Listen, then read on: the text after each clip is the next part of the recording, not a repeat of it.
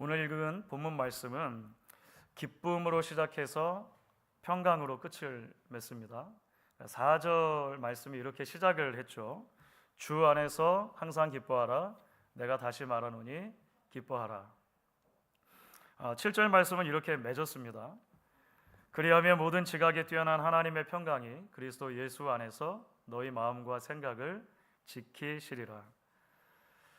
바울이 빌립보 지역에 있는 교회에 보낸 편지의 이 마지막 장에서 다시 한번 기쁨에 대한 메시지, 그리고 이어서 평강에 대한 메시지를 듣게 된 것입니다. 말씀드린 것처럼 오늘은 2025년의 마지막 주일입니다. 그야말로 우리 모두가 한 해의 끝자락에 서 있는 것이죠. 여러분, 한 해를 보내며 지난 날들을 돌아볼 때 기쁨과 평강의 렌즈로 우리 삶을 비추어 봅니다. 사랑하는 여러분, 어떠셨습니까? 정말로 지나온 모든 순간순간들이 기쁨으로 가득 차기만 했던 한 해이셨습니까? 정말로 모든 날들이 평안한 시간들이셨습니까? 여러분, 사실 우리의 삶의 현장만을 놓고 보면 그렇지 못할 때가 많았다라고 말할 수 있을 것입니다.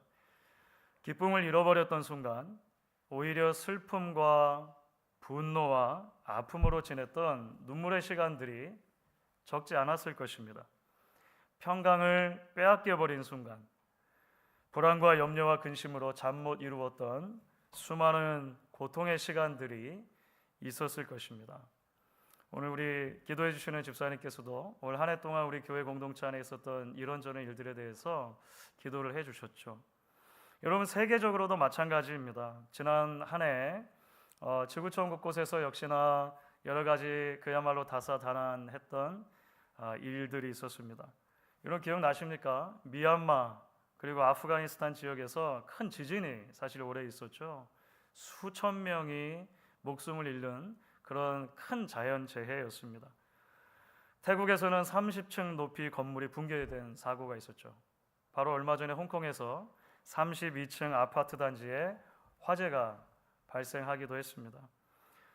이스라엘과 이란, 이스라엘과 팔레스타인, 또 러시아와 우크라이나 사이에 전쟁이 끊이지 않고 계속 올 한 해도 지속이 되었었습니다. 이달 중만 해도 여러분 어떻습니까? 우리 북쪽으로 좀 올라가면 있는 로드 아일랜드 브라운 대학이라고 하는 곳에서 총격 사건이 있었죠. 거의 같은 시기에 호주의 본다이 해변에서 총기 난사 사고가 있어서 많은 사람이 다치거나 목숨을 잃었습니다. 그런가 하면 바로 요 며칠간이죠. 엊그제 어간인데 미국 서부에서는 거대한 그 홍수가 있었습니다. 폭우가 갑자기 내려가지고요. 큰 홍수로 차가 지붕까지 잠기는 만큼의 그런 일들이 있었고, 동부 지역에는 폭설에 대한 소식들이 계속 나왔던 것을 보게 됩니다. 여러분, 생각해 보면 그야말로 안팎으로 기쁨을 잃기 쉬운 시대이고 평안을 빼앗기기 쉬운 날들을 우리가 살아가고 있는 것이죠. 그러므로 한 해의 마지막 주일인 오늘 우리가 본문 말씀을 묵상하게 된 것, 그것도 하나님의 은혜다, 저는 그렇게 생각합니다. 왜냐하면 사실 바울과 빌립보 성도들이 살았던 시대도 크게 다르지 않기 때문에 그렇습니다. 물론 2000년 전이지만 우리와 시대적인 문화적인 간격이 있지만 그때라고 해서 사람들이 너무나 단순하게 산 나머지 염려 없고 늘 기쁨만 있고 그런 삶을 살았겠습니까? 아니죠. 믿음으로 인한 박해가 만만치 않았습니다. 그러니까 예수 믿는 신앙인으로 로마 제국 안에서 어느 지역에 뿌리 내리고 살아가는 것이 그 자체로 결코 쉽지 않은 일이었다라고 하는 것입니다. 복음 때문에 바울이 감옥에 지금 갇혀 있다라고 하는 사실만 봐도 우리가 이해할 수 있는 대목 아닙니까? 일상도 마찬가지였죠. 하루하루 입에 풀칠하고 살아가는 것이 언제나 곤욕이고 어려움이고 도전이었다라고 하는 것이죠. 늘 생의 염려와 고민 속에 노출되어 있었을 것입니다. 그렇기 때문에 오늘 바울이 빌립보 지역에 있는 교회에 편지를 보내면서 넉 장이 되는 별로 길지 않은 편지거든요. 이제 마지막 4장에 이르러서 다시 한번 기쁨이라고 하는 주제에 대해서, 평강이라고 하는 주제에 대해서 전할 때 그 메시지는 오늘 우리가 듣고 새기고 또한 붙들어야 할 메시지이기도 한 것이죠. 불안과 아픔, 고난과 염려가 기본값일 수밖에 없는 인생 속에서 바울이 말하는 것은 성도가 누릴 수 있는 진정한 의미의 기쁨이 있고 절대적인 종류의 평강이 있다라고 말하기 때문일 것입니다. 자, 그렇다면 여러분, 이런 참 기쁨과 평강의 열쇠가 있다면 무엇일까요? 오늘 짧은 본문이지만 본문 전체를 관통하는 메시지 속에서 우리가 하나의 진리를 길어 올릴 수가 있습니다. 바로 성도들에게 있어서 참된 기쁨의 근원, 참된 평강의 근원은 다름이 아니고 하나님 자신에 있다는 것입니다. 하나님께 있다는 것입니다. 여러분, 4절이 이렇게 말했었죠. 주 안에서 항상 기뻐하라. 이 전제가 달려 있는데 굉장히 중요합니다. 바울은 변하기 쉬운 세상이나 세상에 있는 변하기 쉬운 것들에 우리의 기쁨의 근원이 있다라고 말하는 게 아니고 변치 않으시는 주 안에 우리의 기쁨의 근거가 있다라고 말하는 거예요. 7절도 마찬가지죠. 7절에서 이렇게 말합니다. 하나님의 평강이 예수 안에서 너희 마음과 생각을 지키시리라. 불완전한 세상이나 이 세상의 불완전한 것들에 근거해서 우리가 평강을 누리는 것이 아니라 완전하시고 변함없으신 하나님 안에서 우리가 비로소 평강을 누릴 수 있다라고 말하는 것이죠. 여러분, 그래서 바울이 이 기쁨과 평강이라고 하는 메시지 사이에 샌드위치처럼 기도라고 하는 주제를 가지고 와서 이야기하는 거예요. 우리가 성경이 가르치는 기도에 대한 그 본문들을 생각할 때 가장 먼저 떠올리는 구절들 가운데 하나이죠. 빌립보서 4장 7절과 8절, 6절과 7절이었습니다. 우리의 아버지이신 하나님을 하나님으로 고백하는 것, 그것이 사실은 기도의 가장 본질적인 내용이기 때문에 그럴 거예요. 6절 말씀에서 이렇게 말하죠. 여러분 같이 한번 읽어보도록 하겠습니다. 아무것도 염려하지 말고 다만 모든 일에 기도와 간구로 너희 구할 것을 감사함으로 아뢰라. 여러분, 그렇습니다. 참 기쁨과 절대적인 평강이라고 하는 것은 무엇보다도 염려의 원인을 한 걸음을 더 나아가면 우리 인생 전부를 하나님 앞에 가져와 내려놓음으로 비로소 발견할 수 있는 것입니다. 성경은 구약부터 신약까지 반복적으로 그런 이야기를 합니다. 불안하고 염려할 수밖에 없는 상황 속에서도 하나님을 하나님으로 인정하는 것이 바로 이런 종류의 기쁨과 평강의 출발점이라는 것이죠. 여러분, 이런 것은 사실 세상이 말할 수 있는 종류의 그런 긍정적인 사고 방식하고는 좀 다른 것입니다. 세상도 그런 얘기를 하죠. 긍정적인 사고 방식, 생각대로 되는 나, 이런 이야기 우리가 종종 잃게 되지 않습니까? 그러니까 나는 괜찮다, 나는 행복하다, 나는 오늘보다 내일이 잘 될 것이다. 자꾸 이야기하라고 아침에 일어나서 거울 볼 때마다 자기에게 말해주라고 세상도 이야기하죠. 여러분, 그런데 성경이 말하는 이런 종류의 믿음은 그런 자기 암시를 말하는 게 아닙니다. 자기 최면을 말하는 게 아닌 것이죠. 바울이 말하는 것은 우리의 인생보다 훨씬 더 크신 하나님, 우리의 문제보다 더 크신 하나님께 우리의 시선을 두라고 말하는 것입니다. 그 선하신 하나님의 손 안에 우리의 인생이 붙들려 있음을 잊지 말고 기억하라고 말하는 것이죠. 여러분, 결국 그렇기 때문에 바울이 말하는 이런 겉면이 사도 베드로가 베드로전서 5장 7절에서 말하는 것과 크게 다르지 않아요. 우리가 잘 아는 말씀인데 베드로전서 5장 7절에 이런 말씀이 있습니다. 같이 읽습니다. 너희 염려를 다 주께 맡기라. 이는 그가 너희를 돌보심이라. 원문에 훨씬 가깝게 풀면 이렇게 풀 수 있겠죠. 여러분의 모든 염려와 근심을 주님께 던져버리십시오. Cast your burdens. 던져 놓으십시오. 왜냐하면 하나님이 여러분을 돌보시는 하나님이시기 때문입니다. 이렇게 말하는 것입니다. 저는 이 구절 읽을 때마다 그 출애굽기 첫 장면이 떠올라요. 언젠가도 말씀을 드린 적이 있는 것 같습니다. 출애굽기 첫 장면을 보시면 여러분 부부 이야기가 나옵니다. 남편과 아내 모두가 다 레위인인데 이 부부 사이에 아이가 태어났어요. 여러분, 아이가 태어난 일이 얼마나 기쁜 일입니까? 그런데 이 아이가 태어난 일이 이 부부에게는 기쁨일 수만이 없는 거예요. 왜냐하면 너무 잘생긴 아들이거든요. 그런데 당시 히브리 사람들은 애굽이라고 하는 거대한 강대국에 노예로 살고 있었습니다. 노예로 살고 있는 히브리 사람들의 숫자가 기하급수적으로 늘어나니까 애굽의 왕 바로가 노예 산하 제한 정책을 만든 거예요. 그런데 그 제한 정책이 굉장히 단순합니다. 남자아이가 태어나면 죽이라는 거예요. 남자아이가 태어나면 죽이라. 그러니까 한 생명이, 한 가정에 태어난 걸 얼마나 기쁘고 감사한 일입니까? 그런데 이 잘생긴 아이가 크면 클수록 불안한 거예요. 하나님의 축복인 줄 알았는데 문제덩어리처럼 여겨지는 것이죠. 석 달을 겨우 숨겼습니다. 100일 정도까지 숨긴 거죠. 더 이상 숨길 수 없는 상황이 된 거예요. 왜냐하면 아이의 목숨은 고사하고 부모의 목숨마저도 위험한 상황에 놓여 있기 때문이었습니다. 그런데 바로 이때 이 부부가 이 문제 앞에서 취한 결단이 뭔지 아십니까? 놀랍게도 그 아이를 갈대로 만든 상자에 넣고 나일강에 그냥 띄워보내는 것입니다.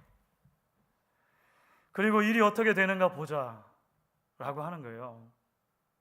이 갈대 상자에는 돛도 없고 노도 없고 방향타도 없어요. 그냥 강물에 그 급류를 따라서 흘러내려가는 것이죠. 세상의 눈으로 보면 말도 안 되는 일입니다. 너무 무책임해 보이는 일이기도 하잖아요. 그런데 놀랍게도 성경이 말하는 이들의 결단은 그 상황에서 가장 적극적인 믿음의 표현이었다라고 하는 것입니다. 아무것도 할 수 없는 절박한 상황 속에서 강물 위에 문제를 띄워놓고 기다리는 것 자체가 가장 능동적인 믿음의 행위였다라고 하는 것이죠. 우리는 결과를 알고 있습니다. 놀랍게도 하나님께서 아무도 예측할 수 없었던 방식으로, 아무도 생각할 수 없던 방식으로 그 문제를 풀어가 주시는데요. 하필이면 왜 바로의 딸이 그 공주가 그날따라 그 시간에 나일강에 와서 다른 시녀들과 목욕을 하고 있냔 말이죠. 건져내지 않습니까? 모세라고 하는 이름을 그 아이에게 공주가 지어준 거예요. 그리고 그 아이는 애굽 왕궁에서 왕자로 자라면서 하나님께서 이스라엘 백성들을 노예 상태에서 구원하시려고 하는 그 거대한 구원 계획의 일부로 준비가 되는 것입니다. 저희 웨스트민스터 신학교에서 구약 성경을 가르치는 조나단 깁슨 교수라고 하는 분이 계세요. 이분이 2019년도에 어린이용 책을 하나 발간을 했어요. 그 책의 제목이 재밌습니다. 달은 언제나 둥글다. 이런 책이에요. The moon is always round. 저분을 닮았어요. 굉장히 닮았어요. 그 조나단 깁슨 교수가 저렇게 생기셨어요. 여러분, 우리가 달을 바라보면서 오늘은 보름달이네, 오늘은 반달이네, 오늘은 손톱만한 초승달이네 이렇게 말하죠. 밤하늘에 뜬 달이 우리 눈에 정말로 그렇게 보이기 때문에 우리는 그렇게 말해요.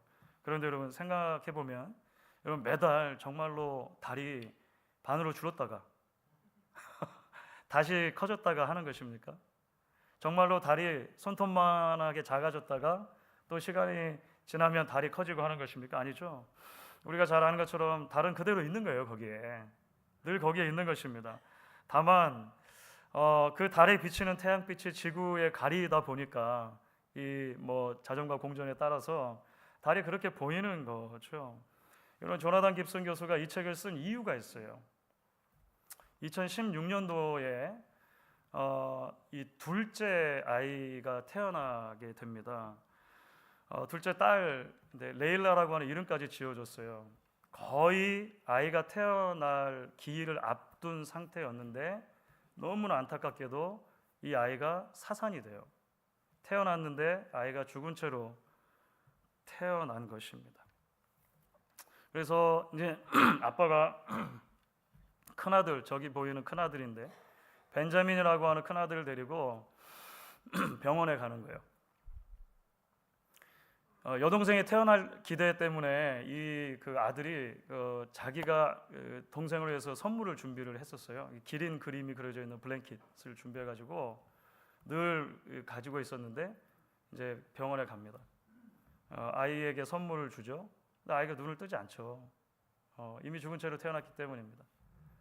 그래서 그 병원에서 충분히 시간을 보내고 마지막 인사까지 하고 그리고 이제 집에 돌아오는 찻속입니다. 당연히 아들이 질문을 하겠죠. 아빠, 왜 우리는 레일라를 집에 데려갈 수 없죠? 질문하겠죠. 하나님이 사랑하셔서 만약에 레일라를 데려가셨다면 왜 우리에게 다시 올 수 없는 거죠? 예수님을 만나러 갔다면 예수님 만나고 나서 며칠 있다가 다시 오면 되는 거 아니에요?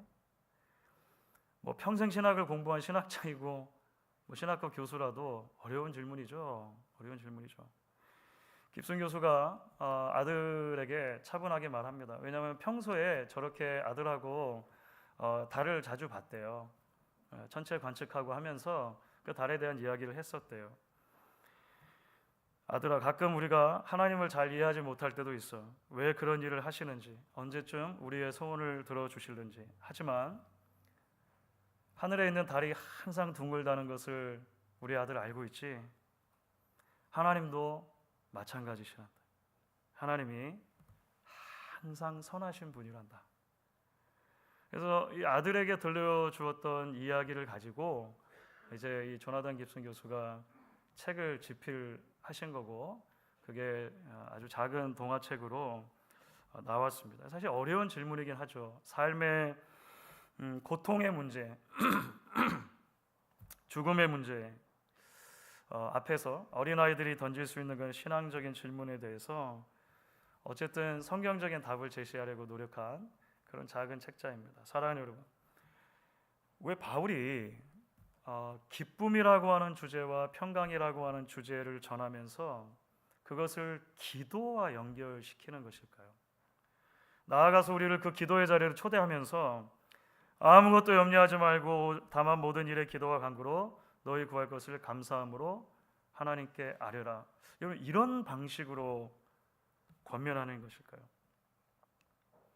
여러분, 우리 신앙의 여정이란 것은 결국 우리의 시선을 끊임없이 하나님께 맞추어 가는 여정이기 때문에 그렇습니다.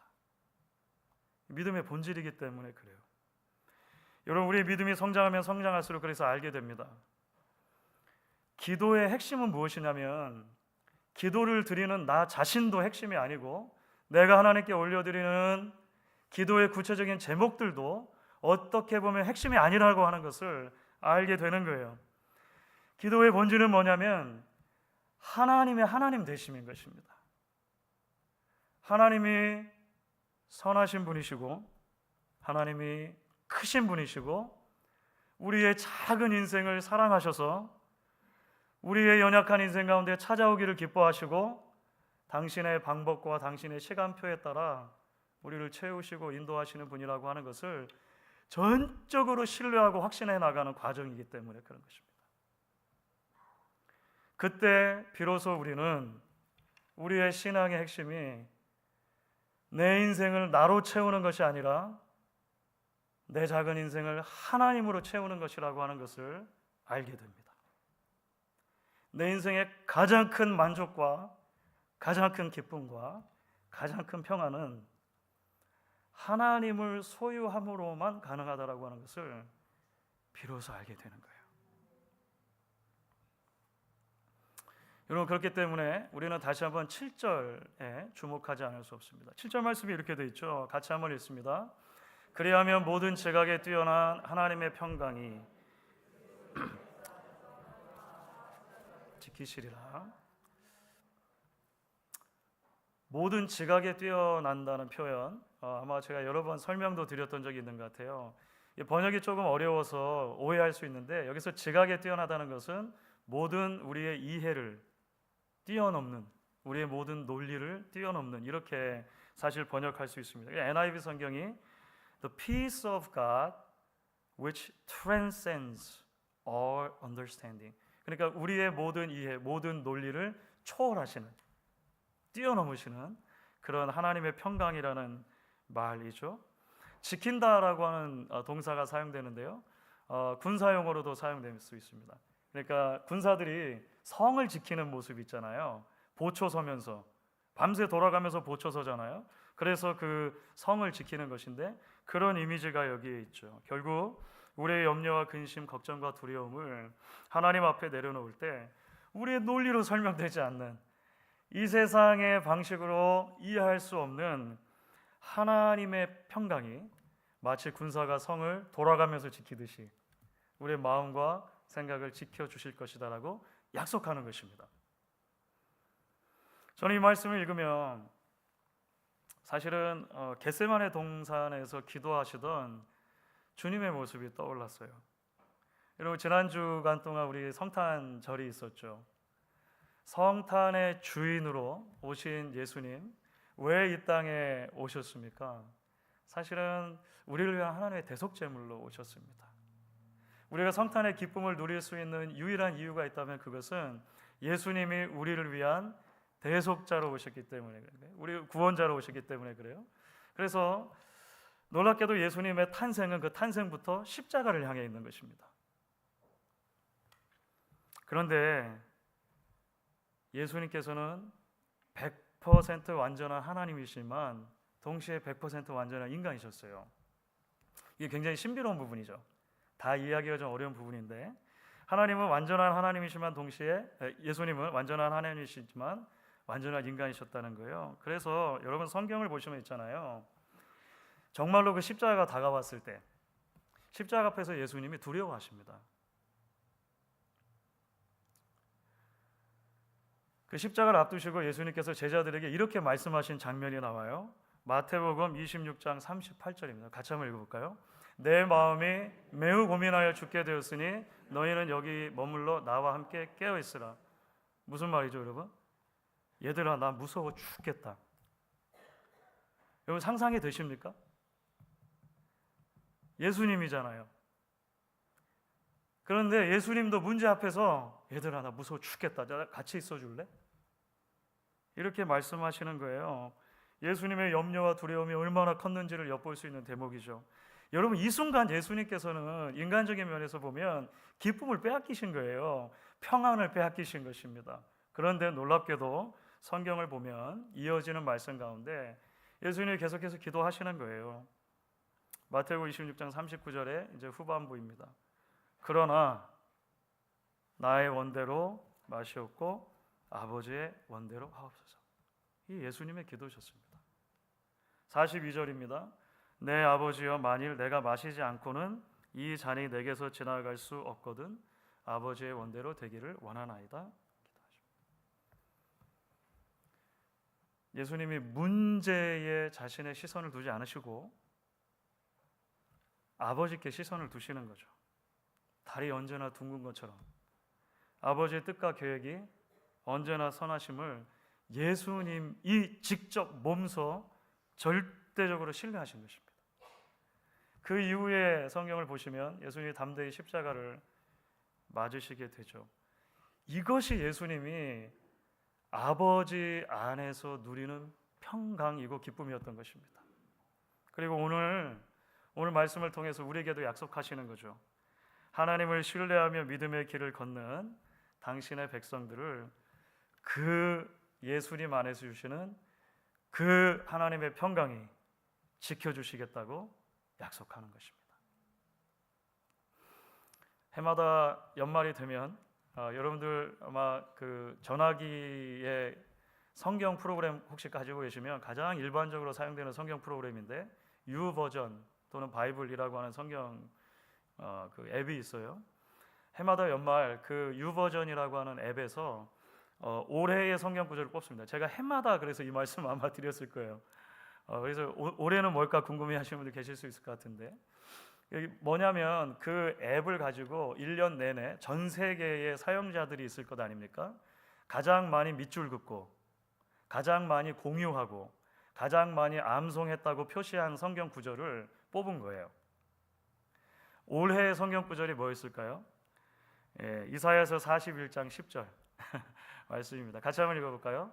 두려워하지 말라, 내가 너와 함께함이라. 놀라지 말라, 나는 내 하나님이 됨이라. 내가 너를 굳세게 하리라. 참으로 너를 도와주리라. 참으로 나의 의로운 오른손으로 너를 붙들리라. 이 말씀이에요. 여러분들 더 흥미로운 사실이 뭔지 아십니까?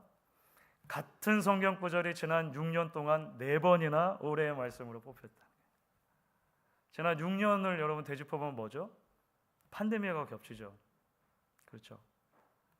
그래서 이 소식을 전하면서 엊그제 읽은 신문이었는데 그 신문 기사가 이런 설명을 덧붙여 놨더라고요. 불안과 불확실성으로 가득 찬 세상에서 사람들은 하나님이 우리와 함께 하시며 힘을 주신다는 약속에 본능적으로 이끌린다. 이 메시지에 대한 갈망은 보편적이고 시대를 초월한다. 여러분, 여전히 세상을 보면 불안과 불확실로 가득 차 있습니다. 이제 오늘 여러분 이제 그 2026년 새 달력을 드립니다. 저희 교회 달력 만들었는데 저희 교회 달력 이쁘잖아요, 그죠? 이번 주간 동안에 여러분 2025년 달력을 내리실겠죠? 그리고 그 예쁜 새 달력을 다시 거시고 1월 한 장을 넘기실 것입니다. 그런데 새 달력을 걸고 1월로 넘겼다고 해서 갑자기 세상이 우리가 기대하는 모든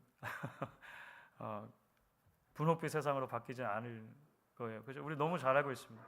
우리 삶에 있었던 문제들이 그대로 있을 것입니다. 그럼에도 불구하고 한 해의 이 끝자락에서 주시는 하나님의 말씀이 다시 한번 우리의 시선이 향해야 할 방향을 알려주는 것이죠. 나침반 바늘처럼 흔들리지만 제대로 된 방향, 정복을 찾기 위해서 흔들리는 것처럼 우리도 흔들림을 계속하지만 하나님을 향한 시선을 놓치지 말라고 오늘 말씀이 우리에게 권면하는 것입니다. 그래서 오늘 말씀은 믿음으로 다시 한번 새해를 바라보게 하는 것입니다. 우리의 믿음의 눈을 들어서 하나님을 바라보기로 결단하는 여러분들 되실 수 있으면 좋겠습니다. 매 순간 우리의 인생 전부를 하나님의 은혜 강물 위에 띄워드리고 하나님께서 우리 가운데 역사하실 것을 기대하는 저와 여러분이 되면 좋겠습니다. 그럴 때 이 세상이 이해할 수 없고 줄 수 없는 예수 안에서 주시는 하나님의 평강이 우리의 마음과 생각을 굳게 붙들고 지켜주시기를 주의 이름으로 간절히 축원하겠습니다.